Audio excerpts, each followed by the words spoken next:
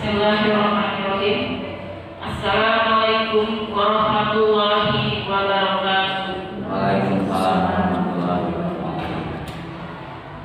Asyhadu an la ilaha illallah wahdahu la syarika lah wa asyhadu anna Muhammadan abduhu wa rasuluh.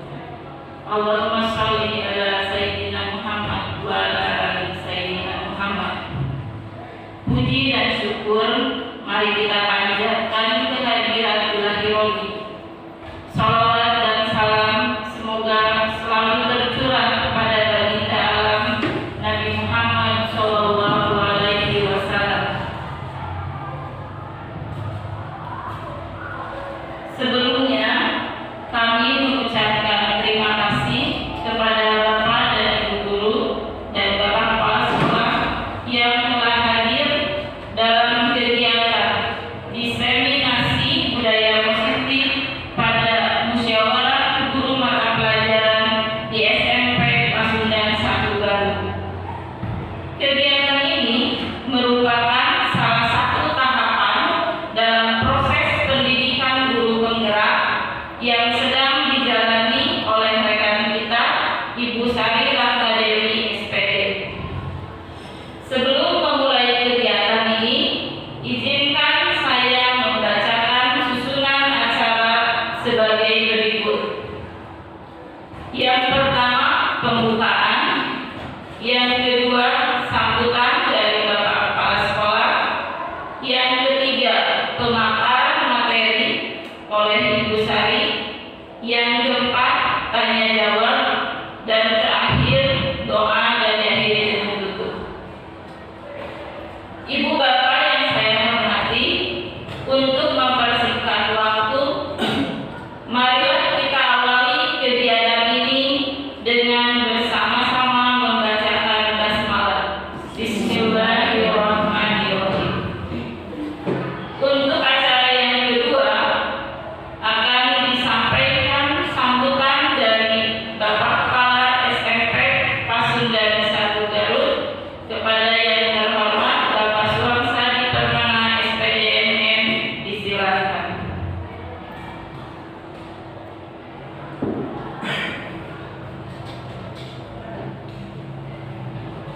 Assalamualaikum warahmatullahi wabarakatuh.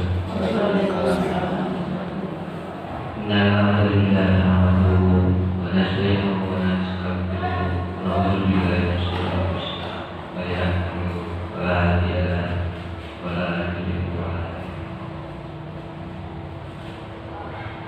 Puji serta syukur kita pada kehadirat Ilahi Robbi, di mana pada kesempatan hari ini kita bisa berkumpul untuk menimba ilmu dari rekan kita yang telah diberikan arahan sebagai guru penggerak.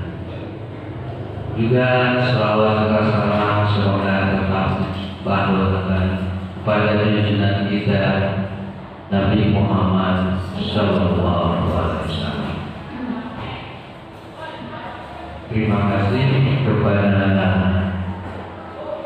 Bapak dan Ibu yang telah hadir di tempat ini.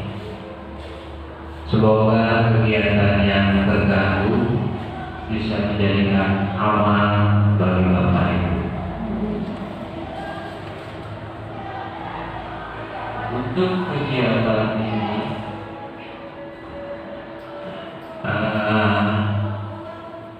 pada dasarnya kami dari sekolah hanya bisa mendukung kepada Ibu Sari supaya kegiatan ini tetap berjalan dengan sebaik-baiknya. Karena tanpa dukungan dari rekan-rekan itu tidak bisa berjalan dengan baik. Mungkin inilah kesempatan bagi kita sebagai guru yang dulu menjadikan guru penggerak untuk menimba ilmu dari apa yang telah dicapai atau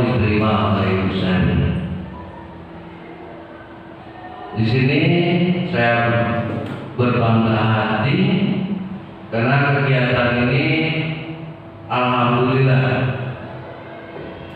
bisa mudah-mudahan ditularkan kepada rekan-rekan sejawat ibu, bapak ibu guru untuk dapat lebih mengembangkan dan menjadikan motivasi ke arah yang lebih positif.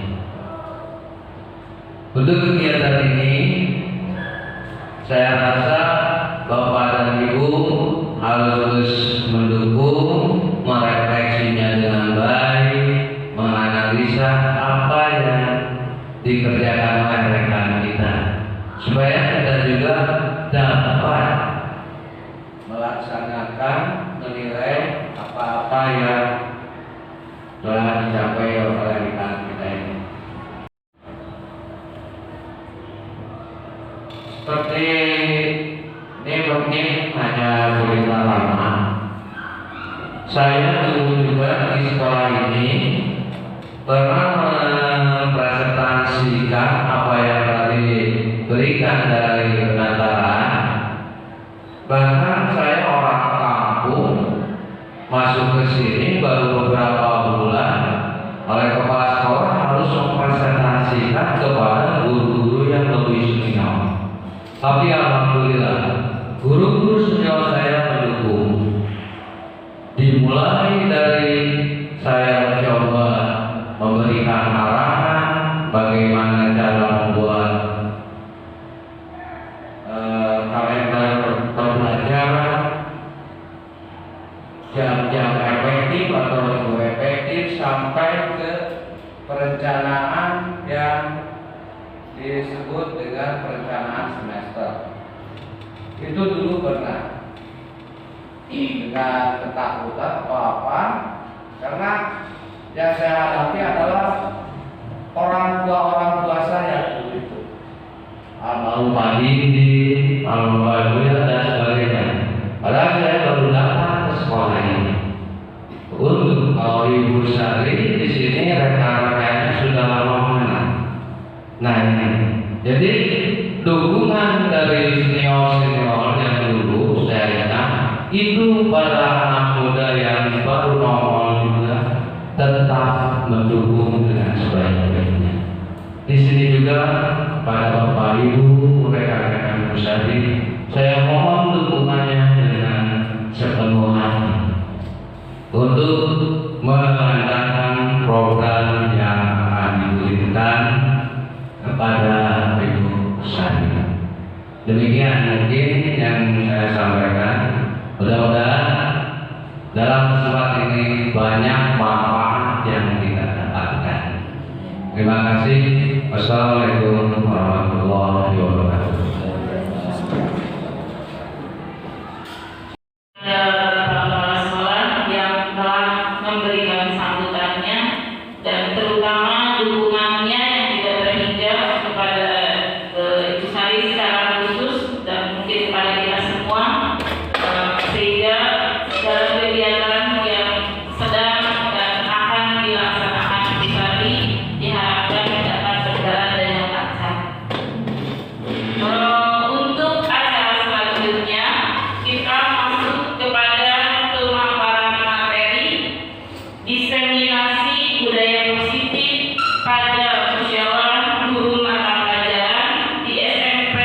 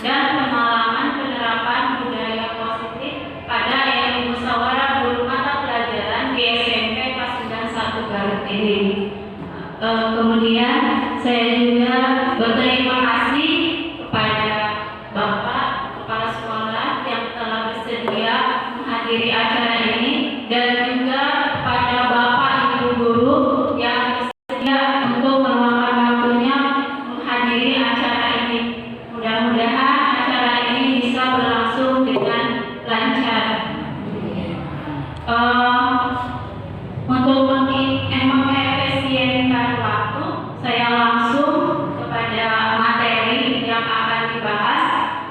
Namun sebelumnya di sini tujuan saya, kalau bahasa Sundanya mah sanes mapatahan wajah kamari, tapi tujuan saya di sini adalah untuk berbagi atau sharing atas ilmu yang telah saya pelajari selama mengikuti pendidikan guru penggerak ini. Mudah-mudahan setelah berbagi ini ada kemajuan bagi kita semua, sekolah ini terutama.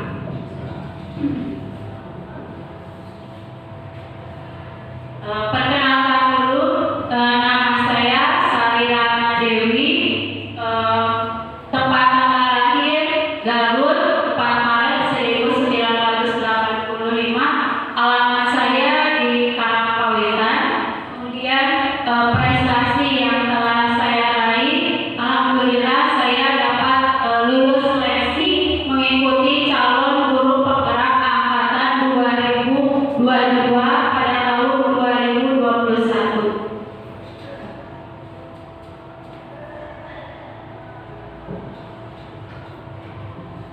Nah, tujuan diseminasi hari ini ada 3. Yang pertama, guru dapat memahami konsep pendidikan menurut Ki Hajar Dewantara dihubungkan dengan konsep budaya dan lingkungan positif di sekolah yang berpihak pada murid. Yang kedua, guru dapat melakukan evaluasi dan refleksi tentang praktik disiplin dalam pendidikan Indonesia secara umum untuk mendapatkan pemahaman baru mengenai konsep disiplin positif untuk menciptakan murid sesuai dengan profil pelajar Pancasila. Dan yang ketiga, memahami peran sebagai guru untuk membangun budaya positif dengan menerapkan konsep disiplin positif dalam berinteraksi dengan murid. Selanjutnya, sebelum ke materi, di sini ada pertanyaan pemantik. Saya mungkin akan bertanya setuju atau tidak setuju kepada Bapak Ibu. Yang pertama, hukuman dapat mendisiplinkan anak. Apakah Ibu dan Bapak setuju? Hukuman dapat mendisiplinkan anak? Setuju atau tidak? Tidak. Tergantung dari permasalahannya. Tergantung permasalahannya. Berarti antara Setuju dan tidak setuju. Yang kedua, pemberian hukuman dengan hal positif seperti membaca atau membersihkan halaman sekolah dapat meningkatkan disiplin anak. Setuju atau tidak setuju? Setuju itu. Setuju. Yang ketiga, memberi penghargaan dapat meningkatkan motivasi belajar anak. Setuju. Nah, mungkin di sini ada setuju atau tidak setuju.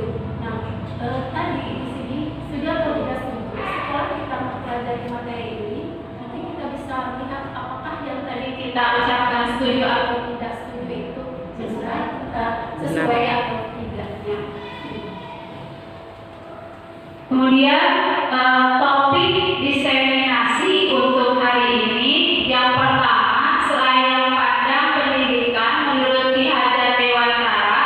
Yang kedua, konsep utama budaya positif. Ada 6 hal. Pertama, disiplin positif dan nilai-nilai kebajikan universal. Kedua, teori motivasi, hukuman dan penghargaan serta restitusi. Yang ketiga, keyakinan kelas. Yang keempat, kebutuhan dasar manusia dan dunia berkualitas.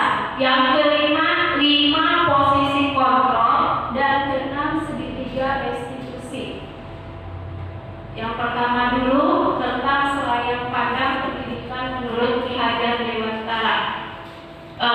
Terbayang dalam pendidikan menurut Ki Hajar Dewantara itu seperti apa?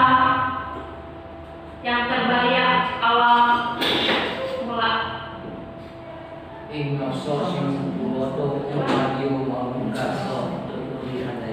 Ya, itu yang diingat betul ya. Semboyan dari pendidikan menurut Ki Hajar Dewantara, yaitu ingaso suntulono ingatyo manungkaso tuturi adayani.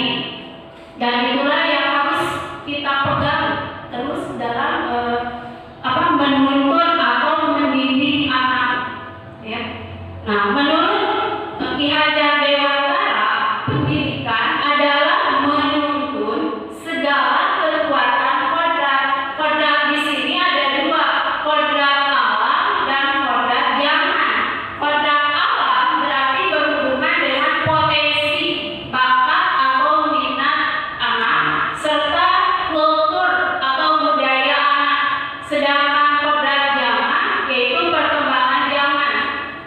yang ada pada anak-anak agar mereka dapat mencapai keselamatan dan kebahagiaan yang setinggi-tingginya, baik sebagai manusia maupun sebagai anggota masyarakat.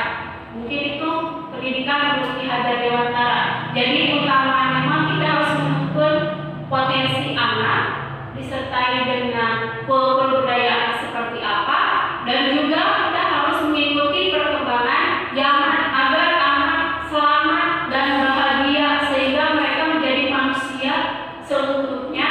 Di sini untuk menjadi manusia berarti dia bisa mandiri, sedangkan untuk anggota masyarakat berarti dia harus bisa menghargai diri dan orang lain. Kita ambil contoh perbandingannya dengan hidup tumbuh-tumbuhan seorang petani. Di sini hakikatnya sama, kewajibannya dengan seorang pendidik yang menanam padi misalnya. Petani hanya dapat menuntut tumbuhnya padi, petani tidak bisa atau tidak mungkin menanam padi yang tumbuh jagung. Ya, di sini petani hanya menanam padi, maka dia hanya menuntut tumbuhnya padi, kemudian dapat memperbaiki kondisi tanah, memelihara tanaman padi, memberi pupuk dan air, membasmi ulat-ulat atau jamur-jamur yang mengganggu hidup tanaman padi dan lain sebagainya. Nah, kesimpulannya dari ini menurut Ki Hajar Dewantara ini, maka tanah tadi diibaratkan sebagai sekolah, atau sekolah ibarat tanah, tempat bercocok tanam. Kemudian pendidik diibaratkan sebagai petani dan murid diibaratkan sebagai padi. Kita tahu yang namanya tanah, ada tanah yang subur, ada yang tanah tidak subur. Nah, berarti di sini tugas siapa yang bisa menggemburkan tanah? Tugas Nah, petani. tugas petani. Berarti kalau dalam pendidikan kita tahu sekolah itu ada yang sekolah favorit, ada yang tidak favorit. Nah, berarti di sini tugas guru terutama ya sebagai pendidik yang bisa membuat tanah tersebut atau sekolah tersebut menjadi unggul, sehingga dari sini murid yang diibaratkan sebagai padi menjadi padi yang berkualitas seperti itu. Walaupun mungkin selama petani atau pendidik di sini ketika memperbaiki kondisi sekolah tidak terlepas dari gangguan-gangguan, baik itu dari murid itu sendiri atau dari lingkungan pergaulan atau dari tempat dia tinggal.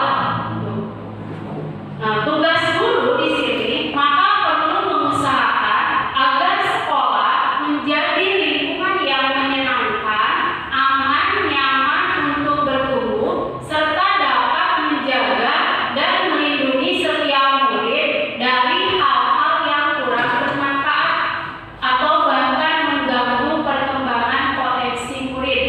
Nah, di sini menurut Ki Hajar Dewantara, maka peran kita sebagai guru dalam menuntun atau bersikap among terhadap murid gunakan semboyan Triloka, yaitu Ingarso Sukulono, di depan memberi teladan yang baik, Ingmadyo Mangkarso, di tengah membangkitkan semangat, dan Tuturi Handayani memberi belakang memberikan dorongan secara moral, sehingga tujuan pendidikan yaitu anak mencapai keselamatan, kebahagiaan setinggi-tingginya sebagai manusia atau sebagai anggota masyarakat.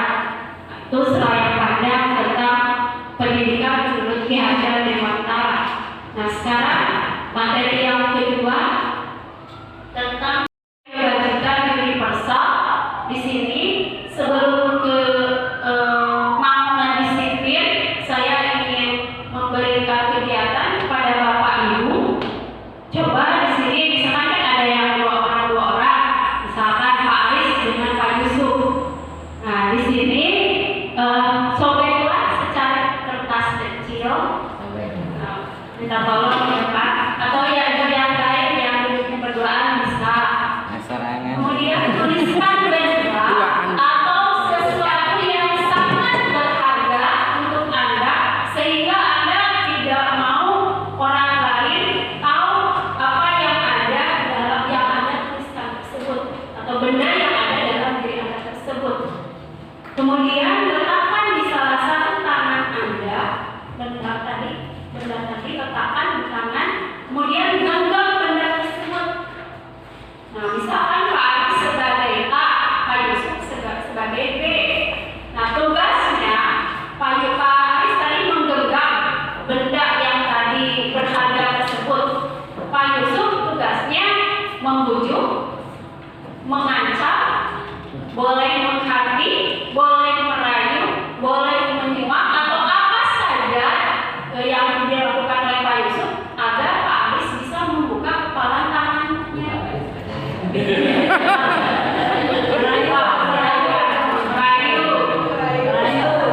Merayu itu contohnya. Membuka kepala tangannya Oh no. karena sangat berharga, walaupun dirayu juga tidak. Silakan. Selain dari merayu apa? Atau mengancam.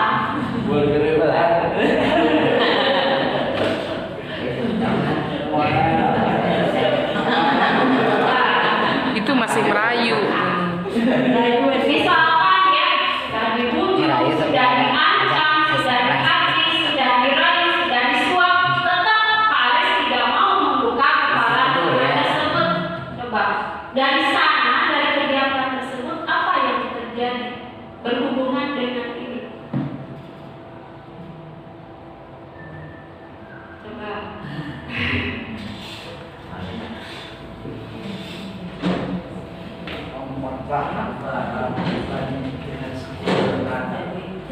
Jadi Haris itu mungkin mempertahankan suatu barang yang begitu rahasia. Jadi apapun oleh orang lain mau dipinta, walaupun dengan secara halus, dengan rayuan atau dengan kekerasan, tetap Haris berseteguh tidak membuka tangan tersebut. Jadi Haris punya keyakinan mempertahankan barang tersebut supaya tidak diketahui oleh orang lain. Mereka biar membulat sehingga goyah kalau dirayu gitu. Pendirian yang kuat. Nah, kalau menurut teori ini, di sini ada perubahan paradigma teori kontrol atau teori pilih. Nah, di sini di kita sebelumnya terjadi yang namanya ilusi kontrol atau miskonsepsi tentang teori kontrol, di mana di sini ada ilusi. Tahu kan ilusi seperti apa? Seperti terjadi padahal tidak. Ilusi guru mengontrol murid, seolah-olah guru mengontrol murid. Kemudian ilusi bahwa semua penguatan positif, efektif dan bermanfaat. Ilusi bahwa kritik dan membuat orang merasa bersalah dapat menguatkan karakter. Ilusi bahwa orang dewasa memiliki hak untuk memaksa. Ternyata itu semua adalah ilusi. Ya. Nah, di sini berdasarkan yang tadi, yang ilusi tadi, terjadi perubahan paradigma dari stimulus respon yang masuk ke dalam kategori teori behaviorisme, ya. Kemudian diganti dengan teori kontrol atau teori pilihan oleh Steve dan RKP. Kemudian siapa sih sesungguhnya yang memiliki kontrol itu? Tadi ya berdasarkan kepala tangan. Siapa sesungguhnya yang memiliki kontrol? Kalau menurut stimulus respon, kita mencoba mengubah orang agar berpandangan sama dengan kita. Nah, itu tadi ilusi sebetulnya. Tetapi menurut teori kontrol, kita berusaha memahami pandangan orang lain tentang dunia. Kemudian stimulus respon, perilaku guru dilihat sebagai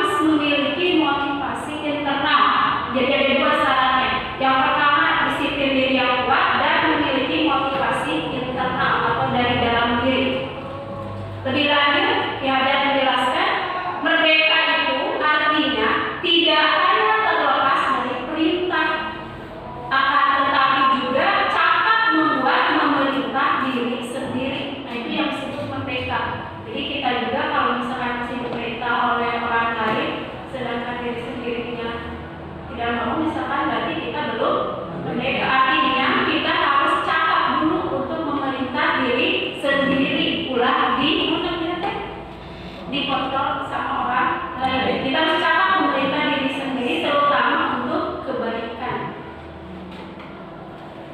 Kemudian nilai-nilai kebajikan universal. Nilai-nilai kebajikan universal itu adalah sifat positif manusia yang merupakan tujuan mulia yang ingin dicapai oleh setiap individu. Nilai-nilai tersebut bersifat universal, lintas bahasa, suku bangsa, agama maupun latar belakang. Nah, kemudian nilai kebajikan seperti apa yang ingin dicapai oleh anak Indonesia? Nah, namanya adalah nilai kebajikan yang sesuai dengan profil pelajar Pancasila. Nah, profil pelajar Pancasila ini ada 6 dimensi. Yang pertama, beriman dan bertakwa kepada Tuhan Yang Maha Esa dan berakhlak mulia. Yang kedua, mandiri. Yang ketiga, bernalar kritis. Yang keempat, kreatif. Yang kelima, gotong royong. Dan keenam, berkebinekaan global. Itu yang diharapkan, nilai kebajikan yang diharapkan dari anak didik kita ya, mempunyai karakter sesuai 6 dimensi profil pelajar Pancasila. Selanjutnya, teori motivasi, hukuman dan penghargaan serta restitusi. Tadi dijelaskan menurut Ki Hajar untuk menjadi manusia merdeka itu harus memiliki disiplin diri yang kuat dan juga memiliki motivasi internal. Nah, motivasi itu ada dua, ada eksternal dan ada internal. Motivasi eksternal biasanya tujuannya itu untuk menghindarkan ketidaknyamanan atau hukuman, atau ada juga untuk mendapatkan imbalan dari orang lain atau institusi. Sedangkan motivasi internal ini adalah tujuan dari disiplin positif, yaitu untuk menghargai diri sendiri sesuai dengan apa yang diucapkan oleh Ki Hajar Dewantara. Kemudian dihukum oleh penghargaan. Ternyata penghargaan itu menghukum Bapak Ibu. Ya, maksudnya bagaimana? Maksudnya penghargaan berlaku sama dengan hukuman dalam arti meminta atau menunjuk seseorang melakukan sesuatu untuk memenuhi suatu tujuan tertentu dari orang yang meminta atau menunjuk, sehingga dorongannya adalah dorongan eksternal dan akan ada faktor ketergantungan. Nah, menurut Alfie Kohn, di sini ada beberapa dampak dari pemberian penghargaan.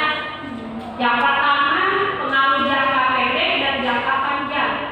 Kalau jangka pendek mungkin efektif, ya. Anak yang tadinya tidak rajin, kalau kita kasih penghargaan jadi rajin. Tapi kalau jangka panjang, kalau kita tidak kasih penghargaan lagi, mungkin anak jadi malas. Nah, kemudian yang kedua, penghargaan bisa menghukum. Misalkan anak yang tadinya ranking pertama, pas semester berikutnya jadi ranking kedua, mungkin dia akan merasa bersalah karena tidak jadi ranking pertama, sehingga tidak diberikan penghargaan. Kemudian penghargaan mengurangi ketepatan. Terkadang kita kasih mungkin dia akan jadi 1. Ternyata setelah dikasih penghargaan, si A malah jadi terbalik, jadi terlena oleh penghargaan tersebut, sehingga yang tadinya berprestasi malah mundur, terganti oleh si B. Tuh, karena terdorong gitu, motivasinya dari diri sendirinya. Kemudian penghargaan tidak efektif tadi kalau bersifat jangka panjang. Kemudian penghargaan bisa merusak hubungan. Mengapa? Karena pada saat kita diberikan penghargaan mungkin terjadi yang namanya persaingan. Yang namanya persaingan bisa positif, bisa negatif. Kemudian penghargaan bisa menurunkan kualitas juga. Kemudian penghargaan bisa mematikan kreativitas karena fokus anaknya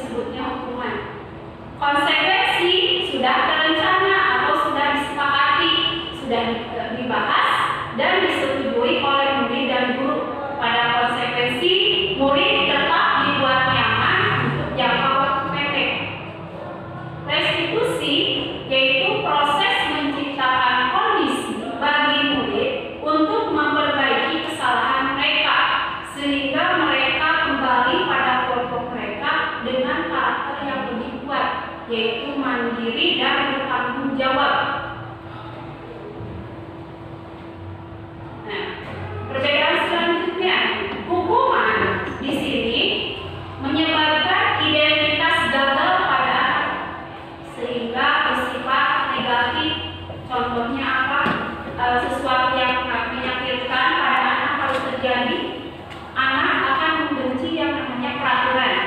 Nah, kemudian konsekuensi dan restitusi persamaannya sama-sama menghasilkan identitas sukses pada anak, sehingga anak menjadi bersikap positif. Contoh konsekuensi, sesuatu harus terjadi, anak mematuhi peraturan, tentunya tadi dengan adanya kesepakatan. Sedangkan restitusi di sini, karena restitusi itu adalah sebuah pilihan, maka anak akan menghormati dirinya dan juga orang lain. Kemudian ciri restitusi yang pertama, restitusi bukan untuk menebus kesalahan, tetapi untuk belajar dari kesalahan atau refleksi. Yang kedua, restitusi bisa memperbaiki hubungan. Yang ketiga, restitusi itu adalah sebuah tawaran, bukan sebuah paksaan. Restitusi bisa menuntut untuk melihat ke dalam diri sendiri. Kemudian restitusi mencari kebutuhan dasar yang mendasari sebuah tindakan. Restitusi diri adalah cara yang paling baik. Restitusi fokus pada karakter, bukan pada tindakan. Restitusi fokus pada solusi, dan restitusi mengembalikan murid yang berbuat salah pada kelompoknya. Tentang restitusi. Selanjutnya tentang keyakinan kelas. Jadi ini masih berhubungan ya Bapak Ibu. Tentunya ada restitusi, ada keyakinan kelas. Nah di sini keyakinan kelas, kalau dulu kita menyebutnya peraturan. Nah di sini ada pertanyaan, mengapa tidak peraturan saja? Mengapa harus keyakinan kelas? Ternyata ada jawabannya. Mengapa? Karena untuk mendukung motivasi intrinsik, maka harus kembali pada nilai-nilai atau keyakinan yang lebih menggerakkan seseorang dibandingkan mengikuti serangkaian peraturan-peraturan. Nah, apa itu keyakinan? Keyakinan adalah nilai kebajikan universal yang disepakati secara tersirat atau tersurat, lepas dari latar belakang suku, negara, bahasa maupun agama. Berarti di sini kita harus mengikuti keyakinan berdasarkan nilai kebajikan universal yang berdasar pada profil pelajar Pancasila yang tadi. Nah, kemudian keyakinan kelas ditulis dalam kalimat positif. Nah, ini perbedaan antara peraturan dengan keyakinan kelas. Di sini contoh peraturan kelas atau peraturan sekolah, selalu kembalikan buku ke tempatnya, maka untuk keyakinan kelasnya diganti dengan tanggung jawab. Kemudian dilarang mengganggu orang lain, keyakinan kelas menjadi menghormati orang lain. Hadir di sekolah 15 menit sebelum pembelajaran dimulai, keyakinan kelasnya menghormati orang lain dan berkomitmen. Kemudian peraturan dilarang melakukan kekerasan, maka keyakinan kelas diganti dengan keselamatan dan menghormati orang lain. Selanjutnya dilarang menggunakan narkoba atau kita dilarang merokok, ya baik di sekolah ataupun di luar sekolah memakai seragam. Maka di sini keyakinan kelasnya diubah dengan kesehatan. Kemudian bergantian atau menunggu giliran, diganti keyakinan kelasnya menghormati orang lain atau bersabar. Istilahnya antri ya. Biasanya kita antri dulu kalau mau masuk kelas. Kemudian gunakan masker.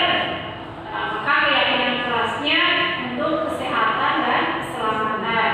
Kemudian jangan berlari di kelas atau koridor, baik itu keselamatan dan keamanan. Selanjutnya, bagaimana cara membentukkan keyakinan kelas? Yang pertama, guru meminta semua murid di kelas untuk menuliskan apa saja aturan yang perlu disepakati bersama di kelas. Nah, jadi anak-anak disuruh untuk menuliskan apa saja yang ada dalam pikiran mereka. Kemudian yang kedua, semua usulan murid ditulis pada papan tulis. Yang ketiga, kalimatnya yang sudah disepakati menjadi keyakinan kelas diubah menjadi kalimat positif. Jadi contohnya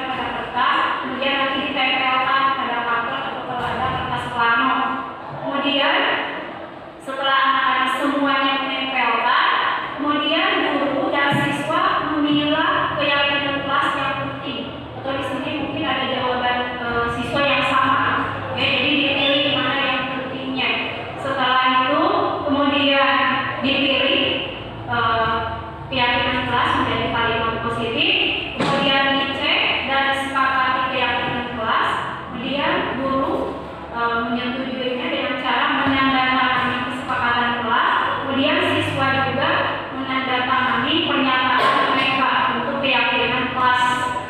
Nah, di sini diharapkan untuk keyakinan kelas ini, jadi tiap waktu, terutama wali kelas atau guru yang hadir, itu bisa kepada anak untuk menegaskan keyakinan kelas yang ada di sekolah tersebut atau di kelas tersebut seperti apa.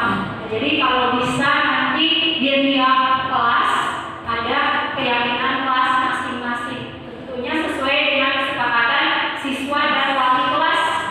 Nah, selain itu diharapkan juga selain ada keyakinan kelas, ada keyakinan sekolah. Jadi anak ketika melanggar sebuah aturan atau keyakinan bisa dikembalikan keyakinan kelas atau keyakinan sekolah yang dilanggarnya. Kemudian yang keempat, kebutuhan dasar manusia dan dunia berkualitas. Ternyata di sini ada 5 kebutuhan dasar manusia. Yang pertama, bertahan hidup. Yang kedua, kasih sayang dan rasa diterima. Kesenangan. Dan yang kelima, kekuasaan. Itulah kebutuhan dasar manusia. Jika tidak terpenuhi salah satunya, mungkin manusia tersebut biasanya suka berbuat yang aneh-aneh, berbuat macam-macam. Sama kita di sekolah atau di kelas, terkadang kalau kebutuhan ini tidak terpenuhi oleh siswa ketika belajar ada yang malas-malasan, ada yang ngobrol, ya, karena kebutuhan ini tidak terpenuhi oleh mereka. Misalkan ada anak yang sering bertanya, tapi sang gurunya tidak diindahkan pertanyaannya, sehingga anak jadi malas untuk bertanya juga. Nah, berarti ada kebutuhan dari anak tersebut yaitu merasa tidak diterima, sehingga dia jadi malas untuk belajar pada mata pelajaran tersebut. Mungkin seperti itu. Kemudian di sini ada 5 posisi kontrol. 5 posisi kontrol kita sebagai guru. Yang pertama bisa sebagai penghukum, yang kedua pembuat rasa bersalah, yang ketiga bisa sebagai teman, yang keempat bisa sebagai pemantau, yang kelima bisa sebagai manajer. Dan ini mungkin tidak terlepas di rumah juga, mungkin secara tidak sadar kita pernah melakukan posisi kontrol ini. Nah, seperti apa 5 posisi kontrol tersebut? Yang pertama, penghukum.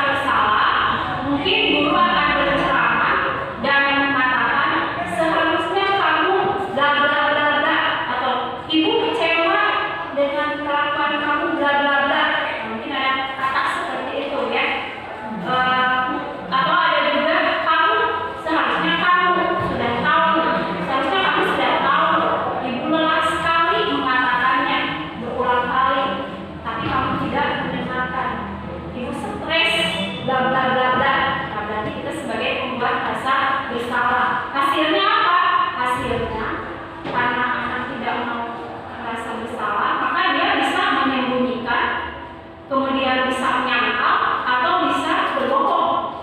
Ya. Kemudian kaitan dengan dunia berkualitas, anak akan meletakkan guru di dalam dunia berkualitasnya. Tapi mungkin ada penting atau sangat penting. Kemudian murid akan berkata, maafkan saya. Tidak ada kata maafkan saya, karena anak merasa bersalah. Tapi dampaknya apa? Anak akan merasa rendah diri. Apalagi kalau misalkan ditegurnya di hadapan semua temannya di dalam ruangan kelas, maka anak akan merasa bersalah dan juga merasa rendah diri. Ini sama dengan penghukum menghindari hukuman dan akan menyebabkan identitas gagal pada anak karena dikontrol dari luar. Kemudian kemudian posisi kontrol guru sebagai teman.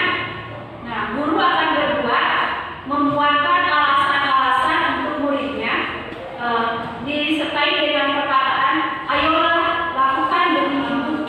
Kemudian masa kamu tidak mau? Ingat ibu tidak pernah bantu, bla bla bla bla. Dia ada kata bujuk. Jadi mau, ayolah, ada kata bujukan. Tapi hasilnya kalau terus-menerus seperti itu akan menyebabkan anak ketergantungan. Hasil foto negatifnya kaitan dengan dunia berkualitas, murid akan meletakkan guru sebagai orang yang sangat penting di dunia berkualitas dia. Kemudian murid akan berkata, saya pikir bapak atau ibu teman saya, ternyata begitu. Dampaknya apa? Dampaknya lemah. Anak menjadi tidak peduli dan anak akan tergantung pada guru tersebut. Nah, di sini ini termasuk ke dalam identitas sukses bagi anak. Cuma ada harapan imbalan atau ketergantungan pada orang lain, sehingga ini termasuk kontrol dari luar, ya, motivasi ekstrinsik, sehingga lemah tadi. Jadi anaknya tidak pancing, ya, tidak kuat median, ya. Kemudian posisi guru sebagai pemantau. Guru akan berbuat menghibur atau mengukur, kemudian akan berkata apa peraturannya, apa konsekuensinya. Tentunya kalian sudah tahu apa kesepakatannya. Berarti kalau melanggar harus kalau melanggar sesuatu kita ingat peraturannya apa, maka konsekuensinya seperti apa. Nah, itu berarti kita sebagai pemantau.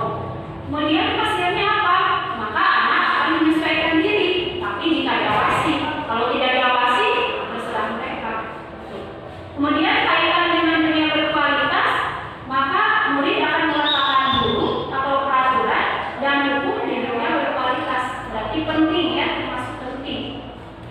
Kemudian murid akan berkata, berapa banyak bintang yang saya harus peroleh, berapa halaman yang harus saya tulis.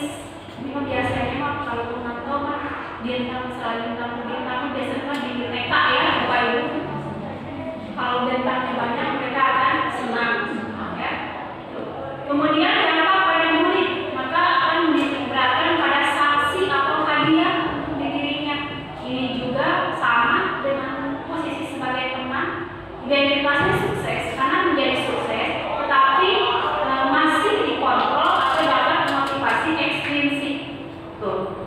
Nah, selanjutnya posisi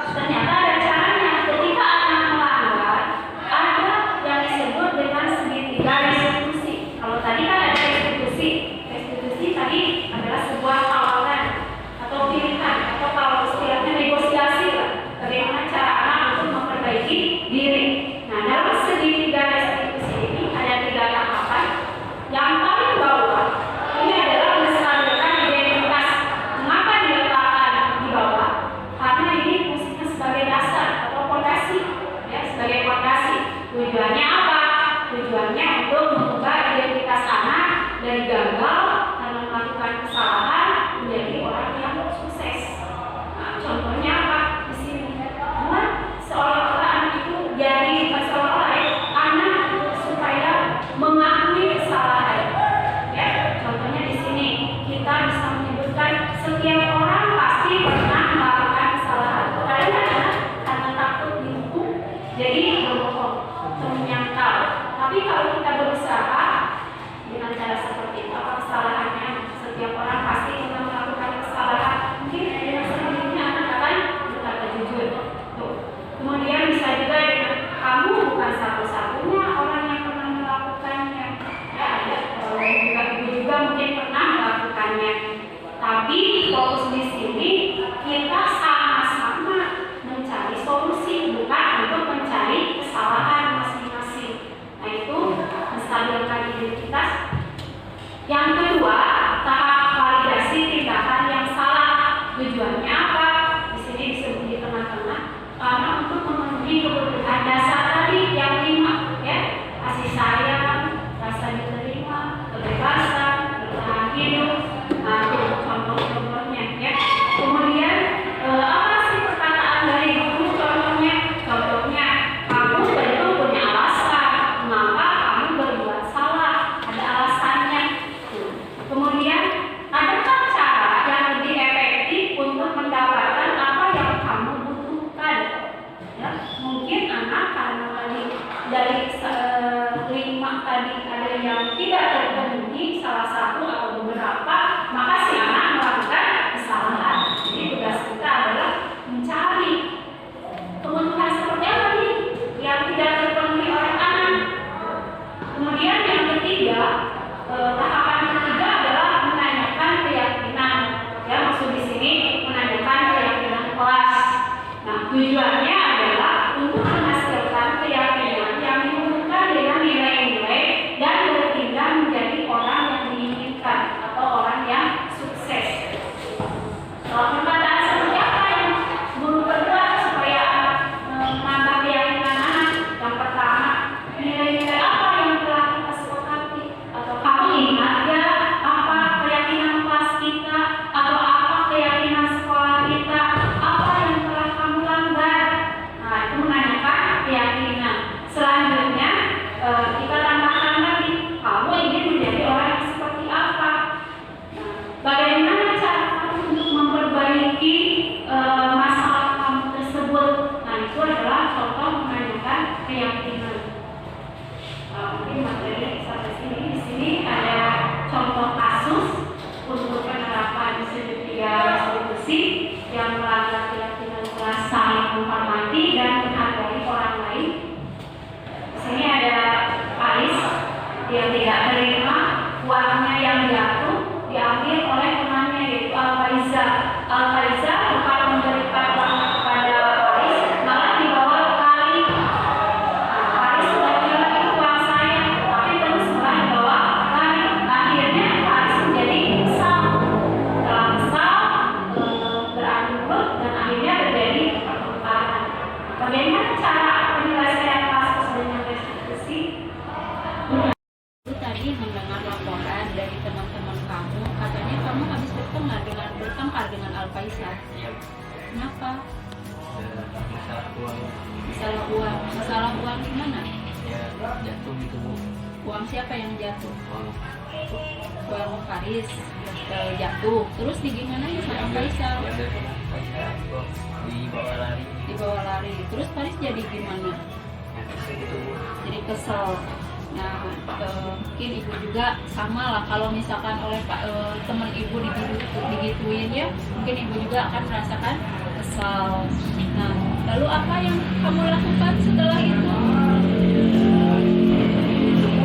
Adu mulut.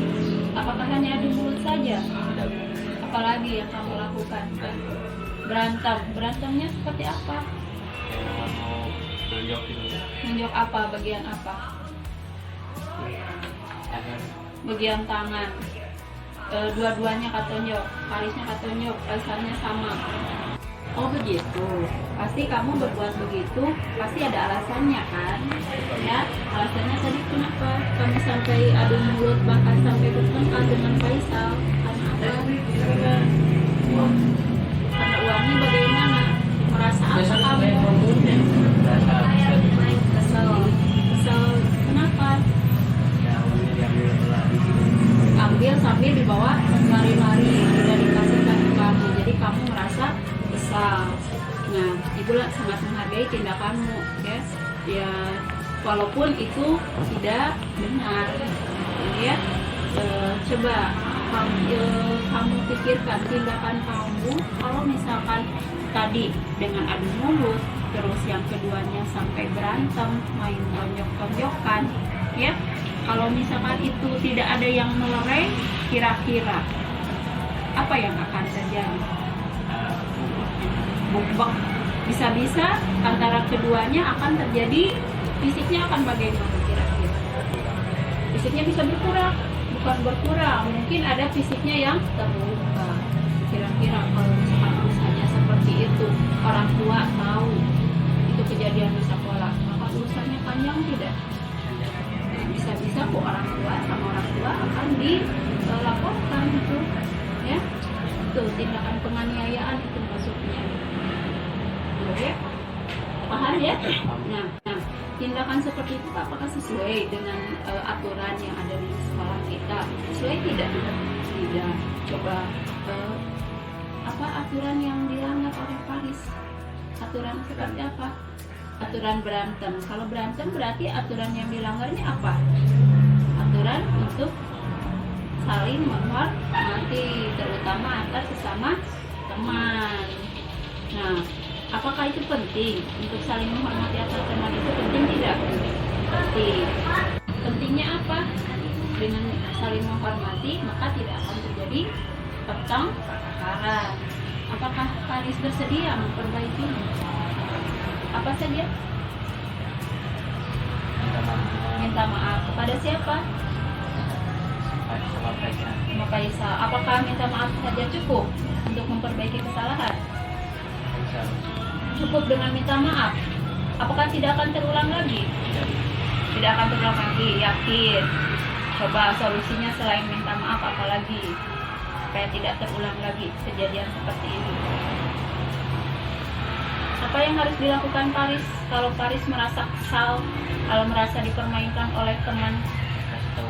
Nah, yaitu yang pertamanya harus memberitahu guru yang ada di sekolah agar tidak terjadi kesalahpahaman, bahkan terjadi pertengkaran. Nah, seperti itu ya yang harus dilakukan. Faris bersedia untuk melakukan itu, meminta maaf dan tidak akan mengulangi lagi perbuatan seperti itu. Iya. Baiklah Faris, sekarang kamu sudah menemukan solusi ya, agar kamu tidak lagi bertengkar dengan teman gara-gara tadi, gara-gara uang atau gara-gara teman yang mengesalkan gitu ya. Udah tahu kan tadi solusinya bagaimana? Mudah-mudahan kamu bisa menerapkannya nanti. Kalau suatu saat terjadi seperti itu lagi, kamu bisa menahan diri untuk tidak beradu mulut maupun bertengkar dengan teman. Siap? Silakan kamu boleh kembali ke kelas. Penyelesaian kasus dengan menggunakan segitiga restitusi. Jadi ada tahapan-tahapan. Ini kita mengacu perkataan seperti apa yang ada di dalam tahapan-tahapan tersebut, sehingga anak bisa memperbaiki kesalahannya untuk menjadi lebih baik. Mungkin setelah ini selesai dari kasus 1, maka berakhir pula pemaparan diseminasi hari ini. Mudah-mudahan Bapak Ibu berpuas, atau misalkan masih ada kekurangan, mohon maaf. Saya kembalikan lagi waktunya kepada Bapak.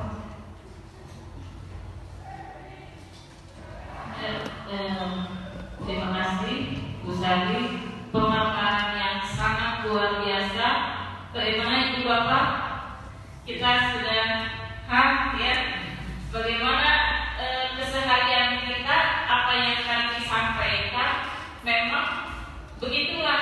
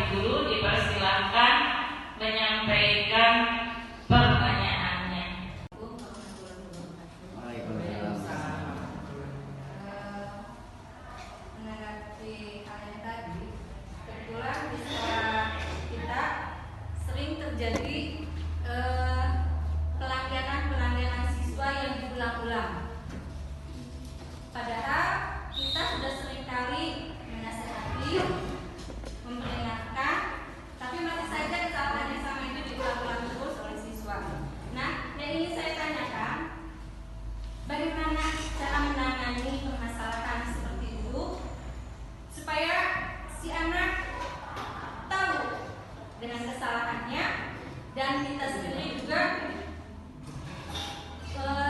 bisa menyelesaikan masalah kondisi anak tersebut. Hanya itu saja pertanyaannya. Assalamualaikum warahmatullahi wabarakatuh. Waalaikumsalam warahmatullahi wabarakatuh.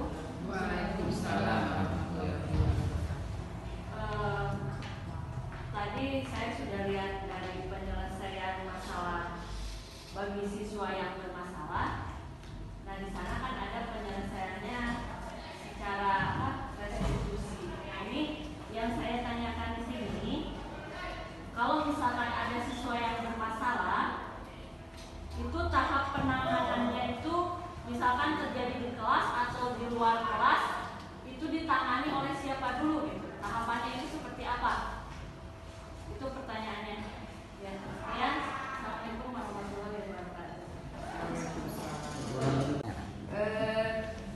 Mungkin pertanyaan yang ketiga, saya ingin bertanya, karena di sini siswa ini tidak semuanya nakal, tidak semuanya jelek ya, tapi mungkin ada salah satu siswa dia itu pemurung, jarang berbicara, tapi orang tersebut sebetulnya pintar ya, mempunyai mempunyai kemampuan ya, mempunyai kemampuan dari semua pelajaran, tapi karena dia tidak berkomunikasi dengan temannya ya, dengan yang lain. Nah, berarti temannya itu tidak tahu bahwa temannya tersebut pintar dan bisa melakukannya dan bisa menjawab salah satu soal atau salah satu kemampuan yang ada di anak tersebut. Jadi sehingga teman yang lain itu tidak mengetahuinya. Nah, untuk cara bagaimana supaya teman yang lainnya itu mengetahui bahwa teman tersebut mempunyai kemampuan, bagaimana caranya gitu ya. Mungkin terima kasih segitu aja. Assalamualaikum warahmatullahi wabarakatuh.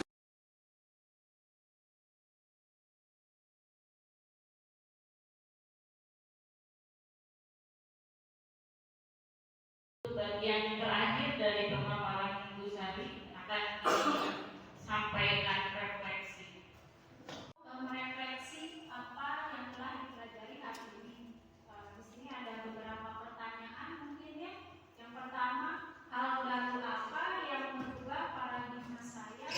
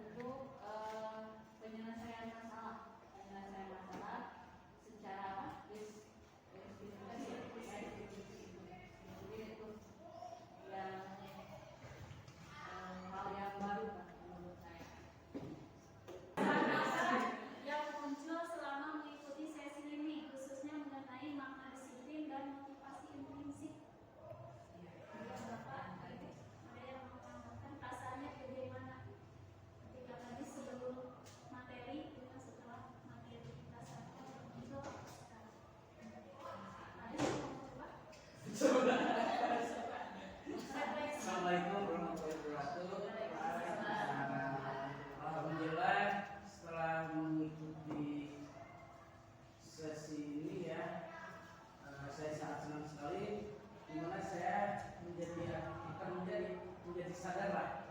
Ternyata selain menjadi peran sebagai guru itu tidak hanya sebagai fasilitator untuk mentransfer ilmu doang ya.